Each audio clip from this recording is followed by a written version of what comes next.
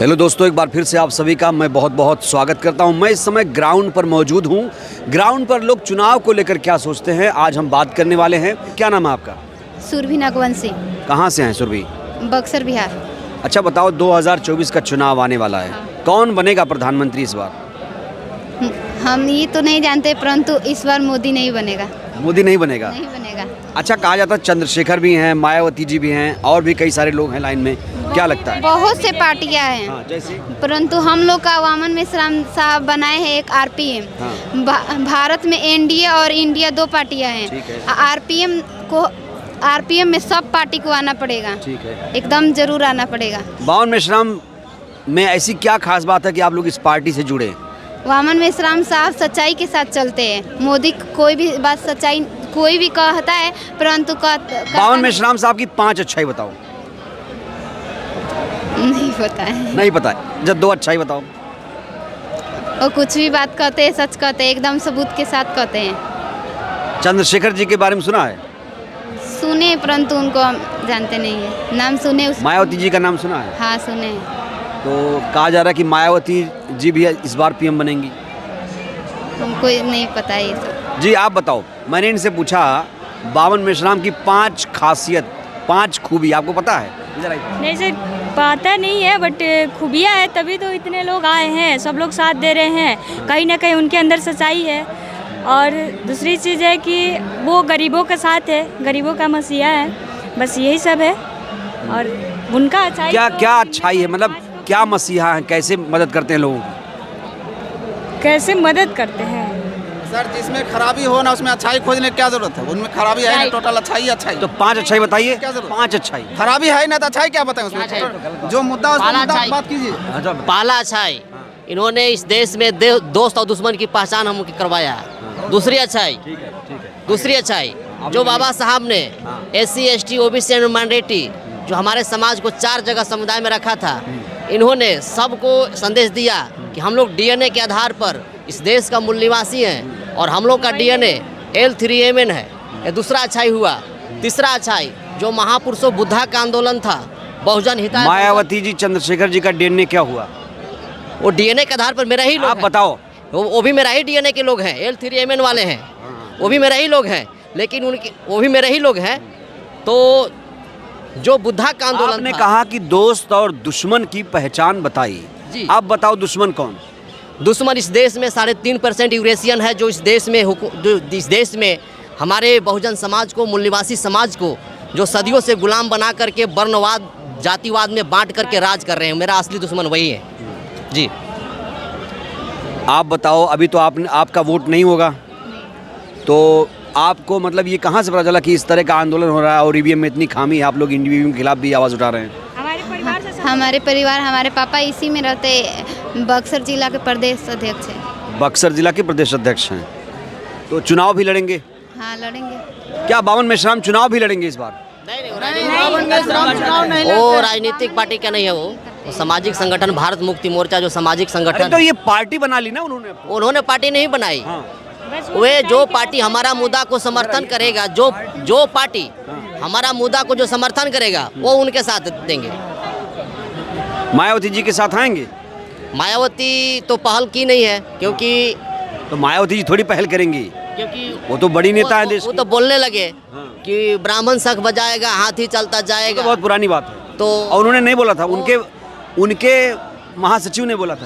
जब अभी फिलहाल में जब विधानसभा जब चुनाव हुआ यूपी में, तो सभी लोग अपना सम्मेलन कर रहे थे। आपको नहीं लगता कि जो बहुजन समाज है बहुत ज़्यादा बंट गया है इस समय? उसको बंटने का कारण है दोस्त और दुश्मन की पहचान नहीं है। दोस्त और दुश्मन की पहचान जब आपने तो कहा कि दोस्त दुश्मन की पहचान करानी सिखा दी वामन मेश्राम ने। जी जी जी जी। तो पहचान जब आ जाएगा, अपना विचारधारा समझेगा, तो हमारे साथ आ जाएगा जी। तो आप लोग वोट भी डालते होंगे, जी। तो कौन सी पार्टी विचारधारा के हिसाब से मैच कर रही है? अगर शहर में हमको एक रूम चाहिए तो उसके लिए एग्रीमेंट करवा दिया जाता है। तो हम 5 साल के लिए किसी को हम देश देते हैं, राज देते हैं, तो हमको भी 70-75 साल से हमें छला जा रहा है। तो हमारा भी डिमांड है, वोटर का डिमांड है कि जिस तरह से एक रूम के लिए एग्रीमेंट कराना पड़ता है, हमें भी वोट उसी आधार पर देंगे जो हमें एग्रीमेंट करेगा जनता के साथ। तो एक विकल्प है इस देश के अंदर। कोई है विकल्प? जी, बहुजन मुक्ति पार्टी इकलौता इस देश में पार्टी है जो 100 रुपया के स्टाम्प पेपर पर चुनावी संग्राम में फिर आप बोल रहे हो चुनाव नहीं लड़ेंगे, फिर कह रहे हो बहुजन मुक्ति मोर्चा। वोटर है ना, वोट तो अपना डालेंगे कि नहीं कहाँ डालेंगे? डालेंगे, किसको डालेंगे? बहुजन मुक्ति पार्टी को तो डालेंगे जो एग्रीमेंट करके हमको अभी देगा। आपने कहा कि ये पार्टी नहीं है। जी, लेकिन हम वोट तो हम देंगे ना, हमारे बारे में आप पूछ रहे हैं ना। हाँ। वोट तो अपना डालेंगे कि नहीं डालेंगे? जो मेरा विचारधारा को तो वोट बढ़ जाएगा, वोट बढ़ जाएगा, तो फिर दलित पीएम नहीं बन पाएगा, बहुजन पीएम नहीं बन पाएगा। हमें पीएम और सीएम की लड़ाई नहीं है, हमें व्यवस्था परिवर्तन चाहिए। व्यवस्था परिवर्तन राजनीतिक परिवर्तन से आएगा। व्यवस्था परिवर्तन तब आएगा, पहला कि हमें इस इतिहास को जागृति होना चाहिए और जागृति से प्रेरणा आएगा और प्रेरणादायक इंसान ही सत्ता तक पहुंचता है। तो हमारे समाज में अभी इतिहास की जानकारी भरपूर नहीं हो पाया है, तो हमें जन जागृति पैदा करके और 30 तक हम लोग अपना सरकार बनाने की दिशा में आगे बढ़ रहे हैं। अच्छा, इतना आसान लगता है? कैसे कैसे बनाएंगे सरकार? अपने विचारधारा को ज़्यादा ज़्यादा फैलाएंगे। क्या है विचारधारा? जो बुद्धा का विचारधारा था, बहुजन हिताय बहुजन सुखाय का जो नारा ये था। तो बीएसपी का नारा है। नहीं, बीएसपी नहीं है, वो बुद्धा का। बुद्धा जी जो थे सारनाथ, बीएसपी का नारा क्या है? सारनाथ में जा करके अब उसका नारा बदल गया, सर्वजन हिताय सर्वजन सर्वजन सुखाय हो वही गया। तो मैं कह रहा हूँ। तो बीएसपी का नारा है सर्वजन हिताय सर्वजन सुखाय। अच्छा, बीएसपी से आप लोगों को कोई मतलब ऐतराज है इस पर? बीएसपी को लेकर क्या है माहौल? हमें उनसे एतराज़ यही है कि जो 3.5% हमारे समाज को नाश किया, कांसीराम को हत्या के बाद उन्हें अपना क्या बोल रहे हैं? कांशीराम की हत्या कहाँ हुई? जी, उस साजिश के तहत उनकी हत्या ही हुआ है। उसका किसने की? अभी तक जांच नहीं होने दिया है। किसने हत्या की? जो भी किया है इसके लिए वीडियो पड़ा हुआ है, आप देख सकते हैं कि जांच किया जाए। भाई वो निधन हुआ उनका, नेचुरल डेथ है वो। हमारा ऐसा मानना है हाँ। कि उनका निधन नहीं हुआ है, उनको हत्या हुआ है। हमारा ये ऐसा गलत जानकारी आप लोगों को दी जा रही, कहाँ से इतनी जानकारी आप लोग इकट्ठा कर रहे हैं? गलत नहीं है, ये सही है। ऐसा कई वीडियो पड़ा भी है और इसके बारे में आरोप भी लगा है, क्योंकि कांसीराम का बहन भी इसके बारे में आरोप लगाई है। तो अच्छा, आप लोग जब कहीं जाते हैं मीटिंग के लिए तो क्या आप लोगों को यही सब बताया जाता है? क्या क्या ये जो आप कह रहे हैं कांशीराम की हत्या हुई, मायावती खराब है, चंद्रशेखर खराब है, ऐसे बताया जाता है? खराब हम नहीं कर रहे हैं मानवर। जो दुश्मन हमारा समाज को सत्यानाश किया, बहुजन हिताय बहुजन सुखाय का जो नारा था, किसने सत्यानाश किया? सर्वजन पहले भी कह चुके हैं, अब उसको सर्वजन हिताय सर्वजन सुखाय कर दिया गया। सर्वजन हिताय सर्वजन सुखाय के मतलब कि चोर का भी हित हो जाए, बलात्कारी का भी हित हो जाए, सबका हित हो जाए। तो इसके लिए बुद्धा ने सारनाथ पर नारा लगाया था, नारा दिया था बहुजन हिताय बहुजन सुखाय का नारा। इसको बदल यानी करके बहुजन एकदम बढ़ चुका है, अब कुल मिला के मन बना चुका है, बढ़ जाएंगे अब। बढ़ चुका नहीं है, उसको बांटा गया है। बांटा जा रहा है। आप तो ऐसी बात कर रहे हैं कि बढ़ ही जाएगा। उसको बांटा गया है। 76 साल देश आज़ाद हो गया, हमारा सीएम भी बने, हमारा मंत्री भी बन रहे हैं, लेकिन हमारी हालात नहीं बदल रही है। बहुजन समाज का हालात आज भी वैसा अरे ही तो है। बदला तो मायावती जी ने 4 बार सीएम रह के। वो किसके आधार पर? वो हमारी संगठन के बदौलत तो 4 बार मंत्री बनी है, मुख्यमंत्री बनी है। आप ये कह रहे हैं बावन मेश्राम की वजह से बनी?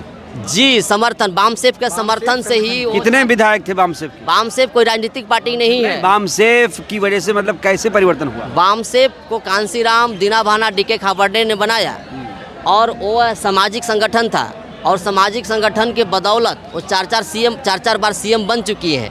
अब क्यों नहीं बन पा रही है? जब से अपना समर्थन वापस ले लिया, अभी तक क्यों नहीं बन पा रही है?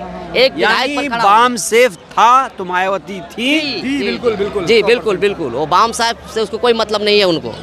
वो साहब मेश्राम साहब तो इसके लिए चिट्ठी भी लिखे थे कि एक आदमी को बाहर निकालो, हम तुम्हारे समर्थन देंगे। कौन था वो आदमी? वो चिट्ठी का जवाब अभी तक मायावती नहीं दी। इसका मतलब वो कौन था वो आदमी निकालने की बात?